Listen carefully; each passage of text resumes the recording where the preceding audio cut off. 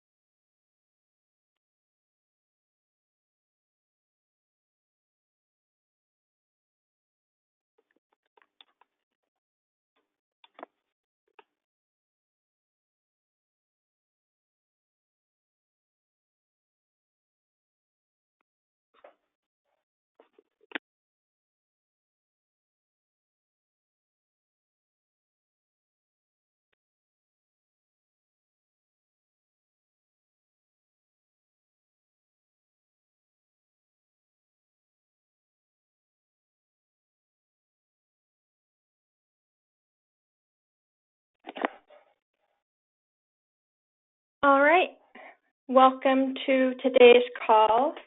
We're just going to get started with a few logistics. Please note that all attendees will be muted for the majority of this presentation. We will have an opportunity for you to ask questions. You can either use the questions box, and those questions will be addressed at the end. At the end, we will also give you an opportunity to use this hand-raising option, and you can see in the graphic here where you might find that button. I also want to read this recording notice. The American Institutes for Research, AIR, allows for the recording of audio, visuals, participants, and other information sent, verbalized, or utilized during business-related meetings. By joining a meeting, you automatically consent to such recordings. Any participant who prefers to participate via audio only should disable their video camera, so only their audio will be captured. Video and/or audio recordings of any AIR session shall not be transmitted to an external third party without the permission. So that's just something to keep in mind if you are thinking about using the hand-raising option, where we will then unmute you and you'll have a chance to speak. You won't be sharing your video today, so you don't need to worry about that. We just like to keep that in there for your information. All right, so now I would like to turn this over to Greg Kaur, the Director of MSIP. Thank you, Blythe. And that's Blythe Collier from AIR, who is helping us with our presentation today. I'm going to give a brief introduction and then turn the presentation over to my esteemed colleagues, Kate Moran and Matt Schneer, who are leading up our effort on the differentiated monitoring and support 2.0. So welcome to our last TA call of 2020. I'm here at my virtual office, the breakfast bar, which is directly above the virtual 6th grade classroom in the basement and below the 8th grade classroom there on the 2nd floor above me. Hope you're all doing well as we head towards the holidays and hopefully a little bit of rest and relaxation. During today's call, we'll present information that will be of particular interest to state staff who are in cohort 1, but also of general interest to all state staff. And I see we have a good group this afternoon, 249 folks on the call. The slide we're showing right now is of our OSEP director, Lori Vanderplug, and our deputy director, David Cantrell. And I believe they are on, but want to thank them for their interest and support of DMS 2.0 as we have developed the concept and rolled it out. So thank you, Lori and David. We're ready for our next slide, Blythe.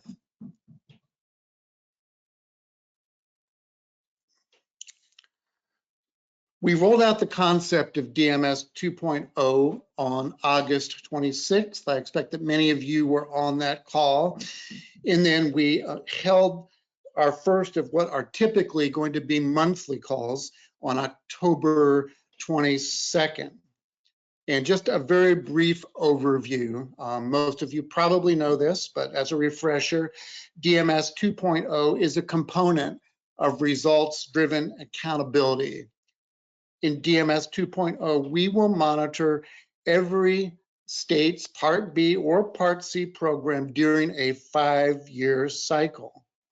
So therefore, we have divided all the state programs into 5 cohorts.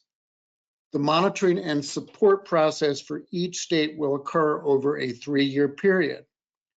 So for each cohort, year 1 is a pre-site and preparation year. The 2nd year is when the actual monitoring will occur. It will either be on-site if conditions permit, or if not, we will go virtual. And then the 3rd year is for any necessary follow-up, which could include corrective action, technical assistance with the state. What we have on the screen right now is an agenda of today's call. We're going to talk about the connection between general supervision and DMS, and then go into the actual components of DMS that we'll be focusing on over the course of the next however many months, the early months of 2021. We'll then talk about expectations for phase 1. Everybody, I'm sure, is going to be interested in that, but particularly that group of states in cohort 1 want to know exactly what will be expected of them. As part of that, we'll be talking about evidence and expectations for the calls that your state leads have with you. We're going to address an issue that came up over the past month.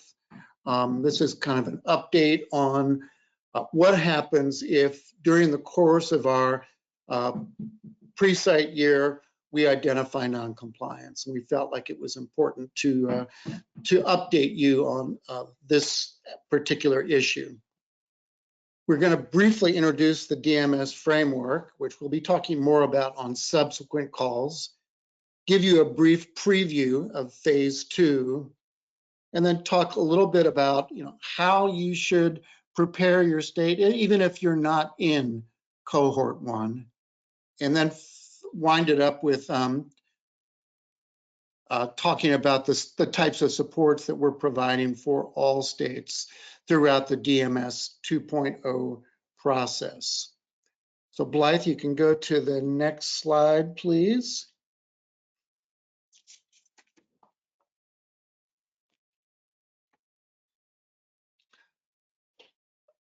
The responsibilities for general supervision should focus on the two elements that you see on the screen, and this is taken straight from the IDEA statute: improving educational results and functional outcomes for all children with disabilities, and ensuring that public agencies meet the program requirements under Part B or Part C of the Act, with a particular emphasis on those requirements most closely related to improving educational results or early intervention results for Part C for all children, including infants, toddlers, children, and youth with disabilities. And you can see the two regulatory citations there that these requirements come from: 300-600 for Part B, and then 303-700 for Part C.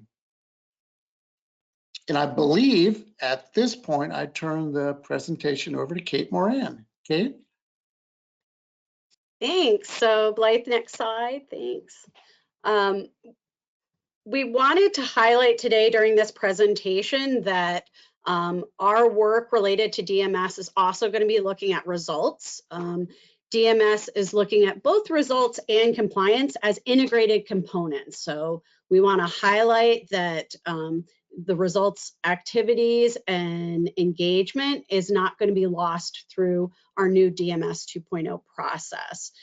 General supervision, as Greg talked about, really includes working with local programs as well as states towards these improved results. Our protocols are going to be integrated to address both results and compliance, but we really want to highlight that they're going to be integrated into the protocols together, and that the ultimate goal of DMS 2.0 is improved outcomes for infants, toddlers, children, and youth with disabilities. So we wanted to make sure that that really is in the forefront of folks' minds, that this is about improved outcomes for infants, toddlers, children, and youth with disabilities. Next slide, please. The way in which we're going to be getting at that integrated look at this structure is through our 8 key components. It has our puzzle pieces that you have all seen before. It's just taking a second to load. Blythe might need to hit another button to get them to show up. I know there's a little bit of a delay, but we do have 8 puzzle pieces: fiscal management, integrated monitoring, sustaining compliance and improvement, technical assistance and professional development, dispute resolution, data, SPP APR, and the implementation of policies and procedures. So I know that we've talked about these on a couple of our calls already, but we wanted to bring it up again to really highlight the part or the piece of this work, which is that we're pulling each one of these pieces out and looking at them individually, but we'll be putting them back together as we move into phase 2 for some follow-up monitoring activities that we're going to be engaging in. And then ultimately, when we're closing out that puzzle and putting it really back into the box as we move into phase 3. We wanted to highlight here as well that all of this work, we will be working closely with our TA center providers, our OSEP funded TA centers, to review the information we're going to talk about with states on these calls, as well as the work that you're doing on your individual state lead calls and protocol reviews. Next slide, please. Greg highlighted some of this piece, so I won't reiterate it, but again, we're just kind of bringing it back to where we are in this process. In our new DMS 2.0, there are 3 phases to that work. It's pre-site work and preparation. Phase 2 is our monitoring year, and then phase 3 is our post-monitoring and correction. So right now we're in that year 1. It's pre-site work and preparation with our states that are in cohort 1. And these are some of the activities that we're engaging in right now. There are some document requests occurring. They're looking at the OSEP protocols with the state leads. They're reviewing publicly available information. And we're having these targeted interview calls with state staff. Next slide, please. One other piece that I want to highlight related to those protocols is that we are going to be posting them throughout this year on our sites.ed.gov under your resources for grantees and DMS. That's where you'll be able to locate the protocols that we'll be using. And so for those states that are not in cohort 1, they'll be accessible to you to use as self-assessments. It's not required, but it's something that will help you understand the process and kind of understand the areas that we're looking at throughout DMS 2.0, and will help you prepare for when it's your time in the cohort cycle, if you will. So right now, universal TA for all states. We are going to be holding these monthly DMS national TA calls to introduce you to our protocols, to introduce you to some of the process activities that we're going to engage in, and hopefully delve a little deeper in some topics that maybe we find along the way need some refreshing or deeper dives. And that's what today we're going to be spending a little time on some topics related to evidence and the protocol review, so that we can clarify some questions that we've been getting related to that. And these protocols, they are designed as monitoring tools. So there are monitoring tools that we'll be using to engage with you, the state, as we work through this process. But again, you could use it as a self-assessment should you choose to. Okay, next slide. We wanted to spend a little time today also just refreshing you on the overall schedule of our activities. We've gone through this before, so I won't spend too much time talking about it today. Right now, we are finishing out some of our fiscal management conversations. Those occurred in October, November, and they're occurring now as well a little bit. We left some space there in the schedule, as you can see. And now we're gearing up for our integrated monitoring and sustaining compliance and improvement to begin in January and February, and may move into some of the other months. So we'll talk about that as we move through this process. But we just wanted to bring up the overall schedule for phase 1 activities, so folks are familiar with this process as we go through it. And then I'm gonna kick it over to my colleague, Matt Schneer, to talk about the DMS 2.0 process. So next slide, Blythe. Thank you. Thank you, Kate, and thank you, Blythe, for getting us there. So we wanted to spend a little bit of time addressing the recent pause in activities that Greg had mentioned that occurred in November. Some of the cohort 1 states have already heard some of this information. We think it's important that we share it with everybody. So just as background, just to remind everybody, as it shows up on the slide, the purpose of phase 1 into DMS is to allow OSEP to develop this understanding of the state's general supervision system around the different components or puzzle pieces that we've talked about, and allow for collaborative discussion around all of that. Phase 1 is the focus of phase 1 is not intended to be the identification of noncompliance. It is to get us this general understanding that will allow us to determine how we want to focus our activities during phase 2. However, we do have an obligation to address any noncompliance that we discover. And what led to the pause was some internal discussions we were having about what our obligations were in terms of timing and how we would address them. So what we've come to is that we will continue in phase 1 to focus on the overview of state systems of general supervision, focusing on policies and procedures, but that if during the course of that we come across issues that are of concern or appear to be non-compliance, that we have to have a process to address that in a timely fashion, just as we expect of you that you address any non-compliance that you discover in a timely fashion as well. So what we're developing is a streamlined process to be able to notify you of any of this. If there is non-compliance that we have determined, we'll provide you with a written notification of that non-compliance and any required actions that need to be taken as a result, along with the timeline. We're looking to minimize how we have to do this and to try to keep it as streamlined as possible, with the understanding that the ultimate goal of DMS will come out of the second phase, when we do intend to issue a more comprehensive letter. But if there are issues that come up in phase 1, we will have to find a way to address them, and we'll be rolling out more about this process as we move forward from there. You can go to the next slide. I think I've sort of moved into that as well. This is the same thing. Again, I wanted to emphasize here that as we're having discussions with you around the different puzzle pieces in phase 1, we're going to be focusing on policies and procedures rather than implementation, which will come in phase 2. And we will be focusing on that general overview that we've been talking about. But as I said, we will address any non-compliance that comes our way as we meet our responsibilities to do that. Thank you. We can move on to the next slide, please. Okay, so I want to talk a little bit first about evidence as well as state lead expectations.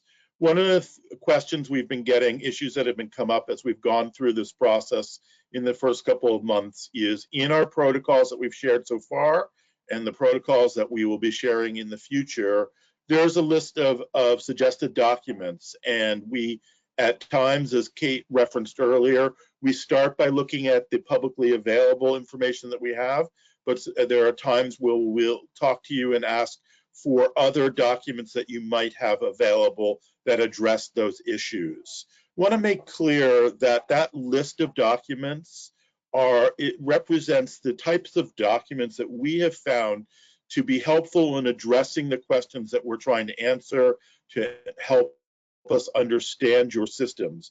In most cases, they are not necessarily requirements that you have that specific document, and we are not asking you on the face of it to create any document that you don't have at a particular time. Rather, we're just trying to seek what you do have that might be helpful to us in the process. So for example, as part of our fiscal review, many of you know that you've been asked whether you have an organizational chart related to fiscal reviews, fiscal monitoring.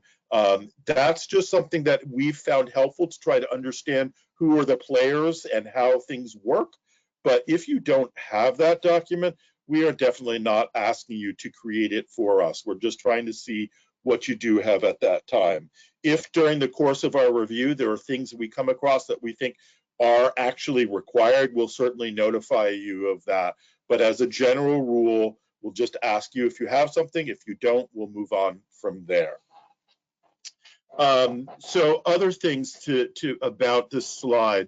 When we're going through these calls, what we're asking of state leads is to make sure that they are providing a clear agenda before the call to make sure that everybody knows what's going to be addressed.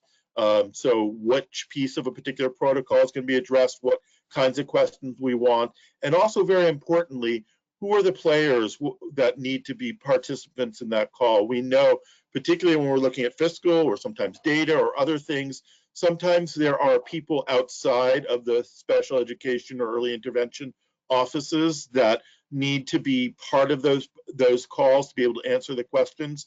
And for both you and for us, we want to try to make clear who those people should be, so we have the right people in place to answer the questions that we're asking you as we go through that. We have been also asked about to the degree to which there's going to be any stakeholder involvement or degree we're going to be looking at local programs. We do anticipate, and we'll talk a little bit more about this later on, that as part of phase 2, there'll be a mechanism for us to collect stakeholder feedback, as well as the potential of looking at implementation at local levels, trying to understand how general supervision systems are being experienced at the local level while not monitoring the local programs themselves. We also, and this is kind of a theme throughout, we just want to emphasize that the TA centers that we fund are really important partners for us and really important partners for you.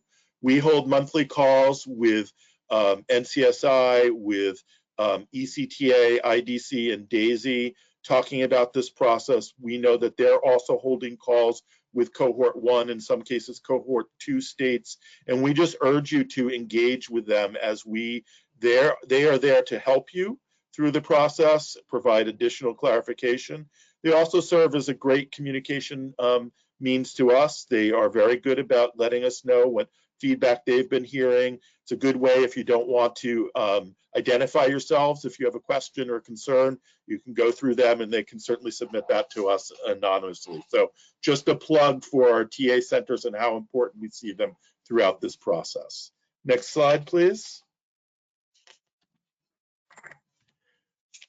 Okay, so in continuing in terms of what you should be expecting, as most of you know, we're going through this process. State leads are scheduling 1 or sometimes more calls per month to address each of the components. I just pause here to acknowledge that we started out with an initial schedule, which we had to do some modifications for. I think it's a good time to note with a couple of things that this is the first year that we're implementing, and we do have to make adjustments along the road. And some of that is in response to feedback we're hearing from you, such as some of the schedule changes, and some of it are things that are out of internal discussions and things that happen. So we just appreciate your flexibility moving forward. Know that we're trying to make this process work as best as possible for moving forward. So these calls help us to gather the information we need for each of the components, each of the puzzle pieces, and to have good discussions with you as the states around the relevant requirements as well as best practices. So we've mentioned there'll be an agenda before each call and clarifying who needs to be on those calls. Okay, we can move on to the next slide, please. Okay, so one of the big questions I know that is out there is, when are we going to see all the rest of the protocols? And we understand that it is difficult for you not to see them right now. I will just say that we are as eager as you are, I think, at least, to be able to get those protocols out. We are working very hard to finalize the protocols for all the other components. They're in various iterations. We are fairly close with the integrated monitoring, sustaining compliance and improvement protocols. We're getting final reviews of those. We are hopeful that they will be released sometime early in the next month, but we have to go through the process to make sure that they're the best product as possible. The protocols for the other areas are all underway and are in different stages. We think we'll learn from the process we've had in the earlier ones and hope that they'll come out relatively sooner rather than later after the next set of protocols come out. But we do recognize that this puts you in a situation of being anxious about not knowing what to expect. And in the spirit of that, we want to preview a document for you, and Blythe, you can start bringing that up, that we are going to make available to you publicly next month. It is called this DMS 2.0 framework. We're going to share a preview of parts of it today. It's in draft form, but we thought it would be helpful to give you a better idea of our thinking around DMS 2.0 and give you some indication of how we're moving forward. This framework is something we started to develop last spring when we were designing DMS 2.0, and it is a framework that helps us think about what it is we're trying to accomplish in DMS 2.0 and how we want to think about each of the different puzzle pieces in there. So in this framework, as you'll see, I'll show a couple portions of it in a moment. In the framework, we outline the expectation that a state system of general supervision is focused on improved outcomes and results for infants, toddlers, children, youth, disabilities, and their families, consistent with the regulatory citations we've shared earlier, that it is comprised of defined components, the different puzzle pieces that we've talked about. But importantly, we have to remember, we take apart that puzzle and look at the puzzle pieces separately, but in the end, we put it back together and try to understand how this is an integrated system. And we know that there will be overlap and connections between the different puzzle pieces. When we're talking about general supervision, when we're talking about integrated monitoring activities, we may be talking about data as well, and come back to it when we get to the data component. So there are connections between those different things. This framework, as we will show, is there to help us outline how programs will be monitored, and that, again, that general supervision encompasses the state's responsibility to ensure you meet the requirements of IDEA, focusing on educational results and functional outcomes, as well as meeting the program requirements. For each of the 8 components of the general supervision system in this framework, as I'll show you in a moment, we have a definition for that component, and then a series of if-then statements which outlines the elements that we think are necessary to achieve the intended results. And then we provide a list of examples of the types of evidence that we have found helpful. This is analogous, very similar to the documents that we list in the protocols that we've talked about. So I'm going to show you 2 examples. We're going to start with the integrated monitoring. Blythe, if you could scroll down, I think it's down on page 4 or 5. We have to scroll through the first one. This is fiscal monitoring. Here we go. So right here, as you can see, the way we have this organized is we have it by the schedule of our activities, is the way this document is organized. And this one is integrated monitoring system. If you look on the column on the left, we say if a state has an effective integrated monitoring system, and then we have a series of then statements about that. But we start with a definition, a multifaceted process or system which is designed to examine and evaluate states with a particular emphasis on educational results, functional outcomes, and compliance with IDEA procedural and programmatic requirements.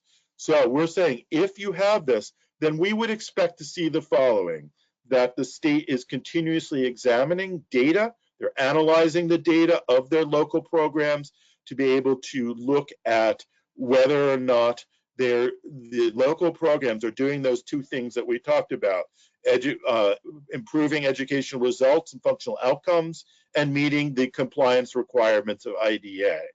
Underneath there, we have examples of the types of evidence that we're looking to examine to help us determine whether you have that then statement. And again, these examples are not necessarily exhaustive. There may be other things that we need to look at, and to be clear, it goes on to the next page, but this is just a sample of it. Nor are they necessarily things that we would say, oh, you must have this. They're just things that we think are useful for us to look at a given time. We then go on to the next then statement. The state identifies non-compliance and makes recommendations for performance improvements. And just to note, we're trying to talk both about non-compliance and performance improvement. We think both are necessary to get to the ultimate outcome of improved outcomes for our population. Then we then talk about that the state would require the local program to correct any identified non-compliance. We would also note that to the extent that there are recommendations around performance improvement, that would also come to play within this framework. And then ultimately we get to the intended outcome. And in fact, an effective integrated monitoring system will contribute to improved outcomes for infant, toddlers, children, and youth with disabilities and their families. And you will see that in each of the puzzle pieces, we have a similar type of format. We can briefly look at the next one, Blythe, if you want to scroll down a couple of pages. I think we'll get to the next one right here, a system designed to sustain compliance and improvement. This is kind of the companion piece to the integrated monitoring. So if you identify non-compliance or areas that need improvement, what do you do on the back end to ensure that there is either correction or improvement? Again, we start with a definition in the beginning. We have a series of then statements that are all with examples of the type of evidence we would like to examine, leading to that ultimate outcome of a system designed to sustain compliance and improvement, contributing to the improved outcomes for infants, toddlers, children, and youth with disabilities and their families. So Blythe, we can go back to the PowerPoint slides. As I said, we are looking to make this available to you publicly and to post it on our website, the sites.edu.gov site next month. And we anticipate talking in more depth about it during our next national TA call from there.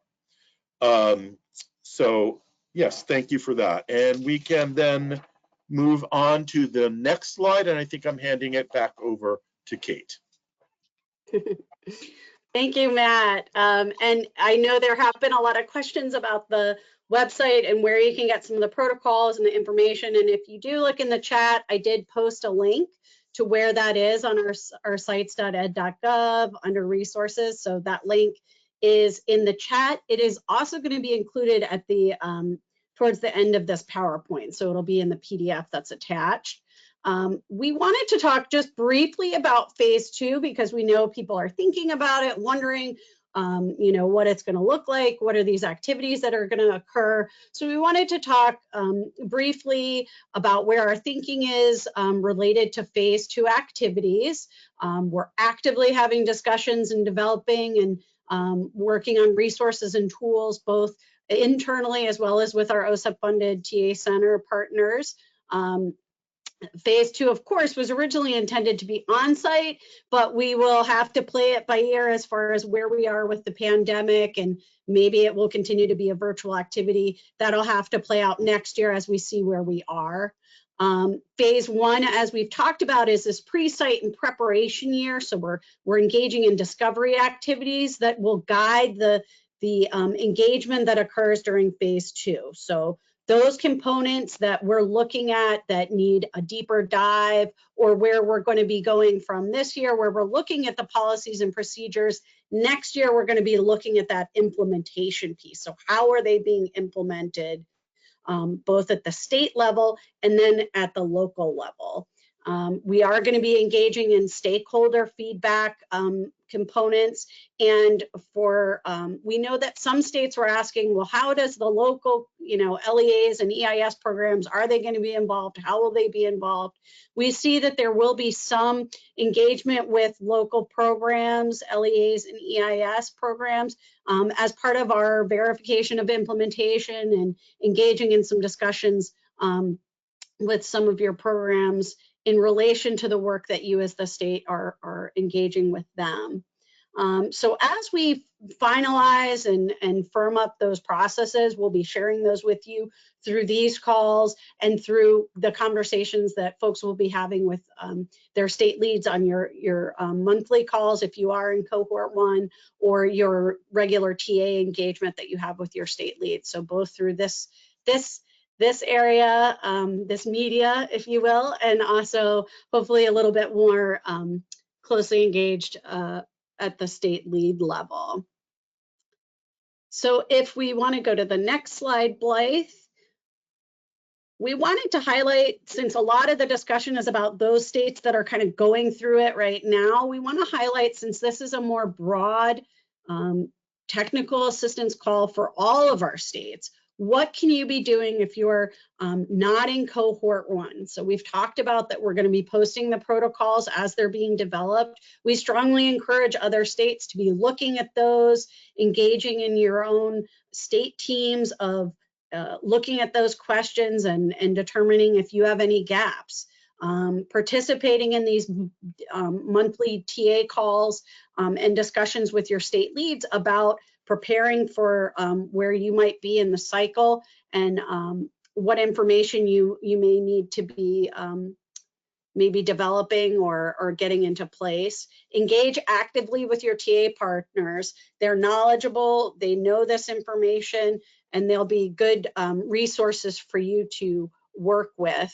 And we also have included a link for our previously issued OSEP monitoring letters. So the link that I put in the chat, you'll be able to find our previously issued monitoring letters, and that'll give you a sense of areas that we maybe identified on previous visits that were findings, or things that states maybe had gaps in their system, and it will give you a good idea of, oh, maybe we need to look at this. Next slide. We have a lot of supports that we're trying to put in place throughout this process for states. We have our OSEP funded TA centers that are going to be developing tools and resources for you to use to help organize the information that you're putting together for your when you're engaged in the DMS 2.0 activities or when you're outside of the cycle. Your access to your state leads is always available. The calls that you have with them, the conversations, the questions you ask, we encourage that. We value it. We think it's such an important part of this process. We will be having DMS cohort specific monthly calls. So we will be having this large monthly call for all states, but then once you're in a cohort, we're going to be providing some more specific and defined cohort engagement. So you have an opportunity to ask questions about what you're experiencing through this process. And again, our universal DMS TA calls. If you want to go to the next slide. We do encourage feedback throughout this process, whether you're in cohort 1, whether you're outside of the cycle. We want to hear your questions, your comments. It's going to help us improve this process, make sure that we're being responsive and integrating state feedback into our overall DMS 2.0 work. So you can submit questions through your state lead. If you're not in the cohort, even if you are, you could go through them. And we just want to hear from you. You could also email Matt or myself directly as well if you have questions or comments about this process. I think it can only help build and improve the work that we're doing and our collaboration with you. And next slide. And we have been getting some questions in there is a question box on the right. If you saw that, you can submit some questions through that. Some that we've received already are about that framework. So Matt did highlight that will be posted on the website that I've put in the chat. Also, how do we find out what cohort we're in? And that, I'm sure for many states, if you haven't heard anything, you're wondering about that. So far, we have notified those states that are in cohort 1 and cohort 2. So the notifications for the cohorts beyond that, I'm going to kick that to Matt while I look at some of these other questions. Yes, thank you, Kate, for kicking that one to me. We have not, as Kate mentioned, released the order of cohort 3 through 5. We wanted to have some opportunity to make sure we were doing that in the most appropriate way. I think that we will likely be providing cohorts 3 and through 5 notification at least a year in advance of when their phase 1 activities start, but stay tuned for that in the future. And the next question we have, I think Matt stated this as we were talking through, but it may have gotten lost a little bit. It's related to, we indicated that LEAs may be included in phase 2 to determine how the general supervision is being implemented, and will the LEAs themselves be monitored? And I think when Matt was talking, he shared, and I probably didn't reiterate this, but the LEAs are not being monitored by OSEP. They're merely going to be part of our process to verify the activities and engagement that the state is having at the local level, and to look at the implementation of the policies and procedures that you have in place. Matt, do you want to speak to that as well? That's exactly right. I'm sorry if I didn't emphasize that enough.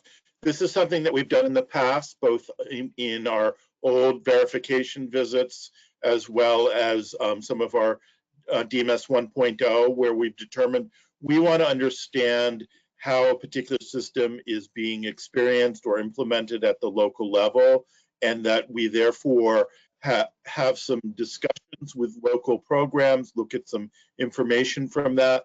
But in no case is our letter going to identify any specific non-compliance with with a local program, be it an LEA or an EIS program.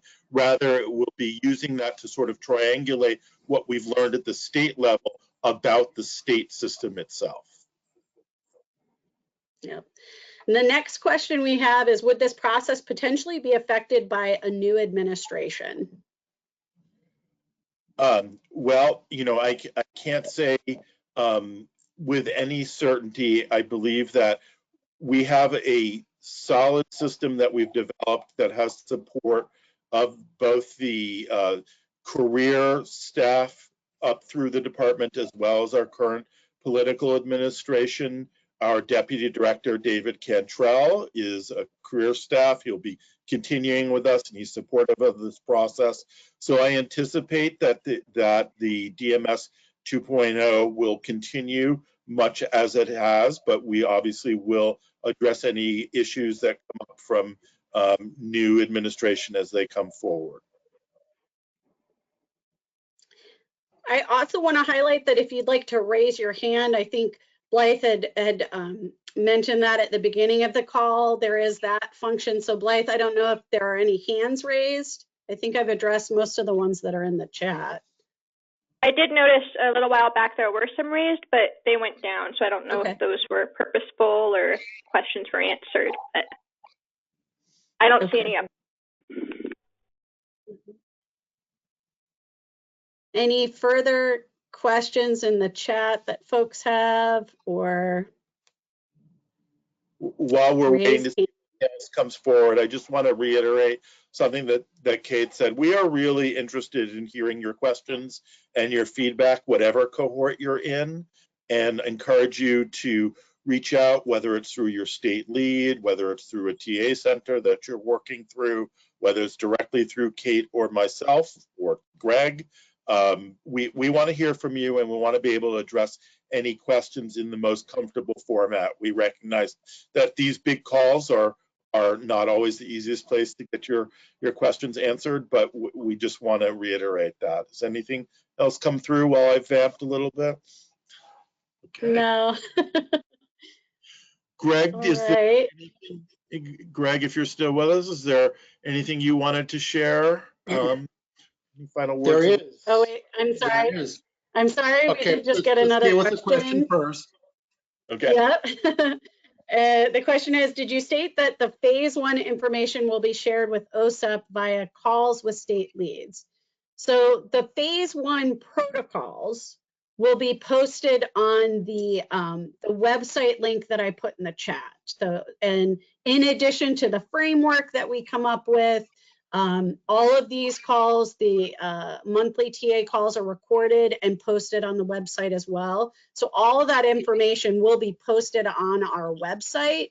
The piece where your state lead and your TA centers would just be reiterating or addressing any questions that you might have with them about the activities that we're engaging in. Does that help? And the monthly calls that we referenced are the cohort 1 DMS monitoring activities that take place where we're asking questions around the protocol. Yeah. Okay, did we get any other questions, Kate? Not, Great. not yet. So. Greg, did you want to say? Well, I will go ahead and say a few things, and if other questions come in the meantime, we can take those. But first, I want to thank everybody for being on this call today. We want to emphasize that this is a partnership. We want this DMS 2.0 process to be one that works for you and works for us. Recognizing that this is our first year of a new process, we are very serious about wanting your feedback, what works for you and what doesn't work for you. You can provide that informally for us, and we'll probably reach out to you a little bit more formally at certain points of the year to get your feedback. We know that there will be occasional bumps in the road, things that we can do better, things that we may not have thought of that would be really helpful to you. So it's important that you provide that feedback to us as we go forward. We're putting a little bit of extra pressure on cohort 1 since you're experiencing all this for the first year, but your input and feedback will benefit all of us, but including those states that are in cohorts 2 through 5 as we go forward. So thank you for your cooperation, your good thoughts, your feedback, and your patience as we go forward. Okay, are we seeing any other questions in the chat? No, I think we've addressed all the questions. So I just really appreciate everyone being on the call with us today. This will be posted after I think AAR does a closed captioning, and that'll be available. We did post the handout in the chat, so please make sure to get that, and that'll be posted with the recording. So Blythe, anything else that you'd like to share? I think you covered everything about the recording. We'll have, both the slides and the recording available later, and feel free to message me if anyone has any questions. I just want to take the opportunity to wish you all a joyous holiday season with all your loved ones and a healthy, safe one. We know this has been a tough year for everybody, and we're all looking forward to improvement as we move forward into 2021. Thank you all. Bye, guys. Bye-bye. Bye. Happy holidays.